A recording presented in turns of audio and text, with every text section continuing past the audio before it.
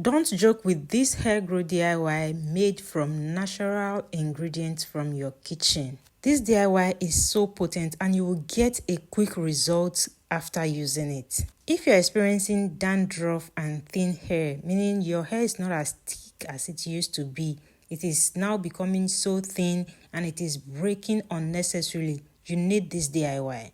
If you're experiencing itchy scalp and weak hair, you need this DIY as well. You know, if your scalp is not healthy, your hair is not going to be healthy. So you need that scalp to be healthy for it to produce healthy hair. The most beautiful thing about this DIY is that it is all natural, made from natural ingredients from your kitchen. If you find this video helpful, don't forget to like, drop a comment for me, ask your question in the comments if you have any. And if you've not yet subscribed to this channel, please subscribe and join this amazing family. Let's grow our hair together. Like I said before, the ingredients are all natural from your kitchen. So here I have cloves. You can see the amount of cloves I'll be using. I also have garlic and I have ginger and rosemary leaves. For all of these ingredients, you can use dried one except for the ginger and the garlic. I would recommend that you use fresh ginger and garlic because they are more potent compared to the dried ones. But if you don't have the fresh one, you can't lay your hands on them, feel free to use the dried one. The only advantage of using the dried one over the fresh one is that it is going to last longer. Your DIY will last longer compared to when you're using the fresh ginger and the fresh garlic. But if you want a faster result, go for the fresh ones. The first thing I'm going to do is to peel both the ginger and the garlic. No, I peeled the garlic, but I did not peel the ginger. I just cut off the ends that are going bad. I cut them off and then wash it. After washing, I'll cut both the ginger and the garlic into small pieces. Remember, I did not peel the garlic. You can also peel it if you don't want to use the bark with it. So after cutting everything into small pieces, I will get a pan, transfer it into a pan, and then add 400 ml of water. I'm using cold water here because I'm going to boil this for a few minutes, not cook. I'm going to boil it for a few minutes because of the strong smell of the ginger and garlic. While that is on fire, I'm going to get a glass jar and transfer the ginger and the garlic into the jar. You can also use a plastic container if you don't have a glass jar. But if you're on a hair growth journey, you should get one glass jar for yourself. You don't even need to spend extra money on glass jar if you eat mayonnaise. After eating your mayonnaise, just wash your glass jar and you're good to go. That is how I get all these ones that I use. I wash them and peel off the labels, and that is it. You have your glass jar ready for your DIYs. You can also get your glass jars from your local shops or online stores. They are very easy to get. I boiled the ginger and the garlic for about 3 minutes. Then I turned off the heat and left it to cool down a little bit. Then I'll go ahead and transfer it into the jar containing the cloves and rosemary. After transferring it into the jar, I'm going to cover the jar and leave this to infuse for 6 to 8 hours. As usual, you know I love to make my DIYs in the evening. I made this in the evening and left it to infuse overnight. The next morning, this is what I have. If you made yours earlier, you can leave it for 6 to 8 minutes for it to infuse properly. The next day, you can see how the color is. Everything has infused very well, both the rosemary, the ginger, the garlic, and the cloves. They are all infused. What I'm going to do next is to strain. You can strain using anything of your choice. You don't need to be extremely careful with this because the particles are big. They are not that small that is just going to escape out of your socks or anything you're using to strain. So strain using anything of your choice. After straining, I'm going to transfer into a spray bottle before I go ahead to add my essential oils.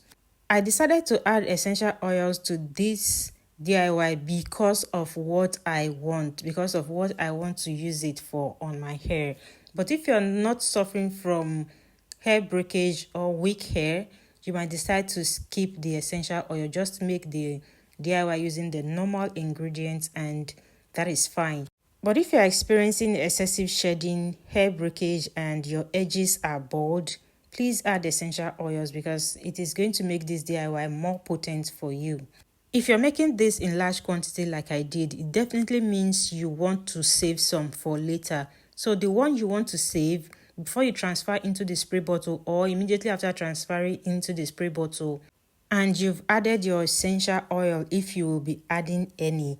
After that step, please take away the one you'll be saving. Transfer it to the freezer immediately because these contain fresh ingredients and they can go bad very early compared to when you're using dried ingredients. To prevent it from going bad, transfer the one you'll be saving into the fridge or the freezer immediately after adding the essential oil and mixing everything together. For me, I will divide this into two and save half of it in the freezer. I'll make them into ice cubes and save it in the freezer. For my essential oil, I use tea tree essential oil and lavender essential oil. You can use any essential oil that you want or anyone that you have. These two essential oils I use in the video are my top best essential oils. If you have any left over in your spray bottle after using this DIY, please transfer it straight to either a refrigerator or a deep freezer because this will not stay outside for more than 24 hours. Because the garlic and the ginger, they are fresh, it might go bad in about 24 hours. So to play safe, just keep the leftover in the fridge or in the freezer. And if you're keeping it in the fridge also, you need to use it within 3 days. After 3 days, please discard it. If you leave this outside for about 24 hours or more than 24 hours and you are ready to use it, nobody will even tell you that it is bad already because the smell is going to chase you away. You will not be able to use it on your hair. You don't need much sign to tell you that it is going bad already. The smell will tell you. Preserve it the right way to avoid wasting your effort and your money. You can also make a very small amount of this DIY by infusing the cloves and rosemary overnight, and then as for the ginger and garlic, just grate them and squeeze out the fresh water, mix it together and use it directly on your scalp and your hair.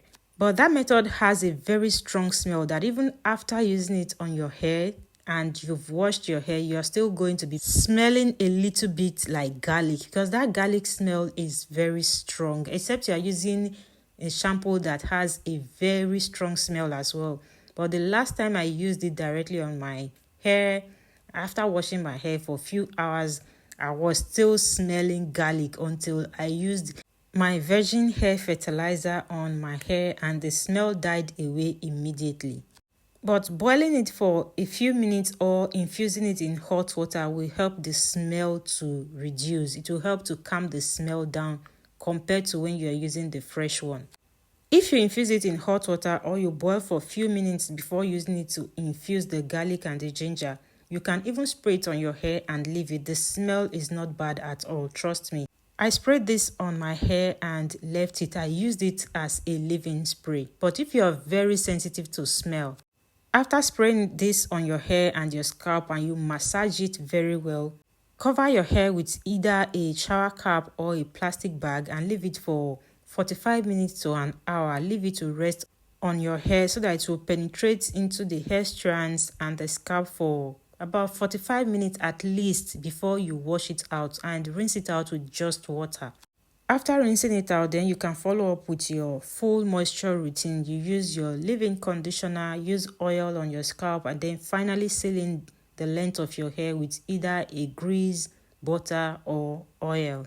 You can use this up to 3 times in a week if you are battling with scalp issues. But if you are using it for just the length of your hair and your edges, you can use it 2 times in a week. That is if you are not going to be washing it out of your hair. But if you are going to be washing it out, just use it once a week so you don't end up washing your hair too much. Except you're the type of person that wash your hair more than once in a week. I normally use this in the morning and then follow up with my full moisture routine. And by the time I'm ready to go to bed, my hair would be fully dried by then. That is because my hair takes time to dry. Thank you so much guys for watching. I hope you find this video helpful. Please don't forget to like this video and share it with someone.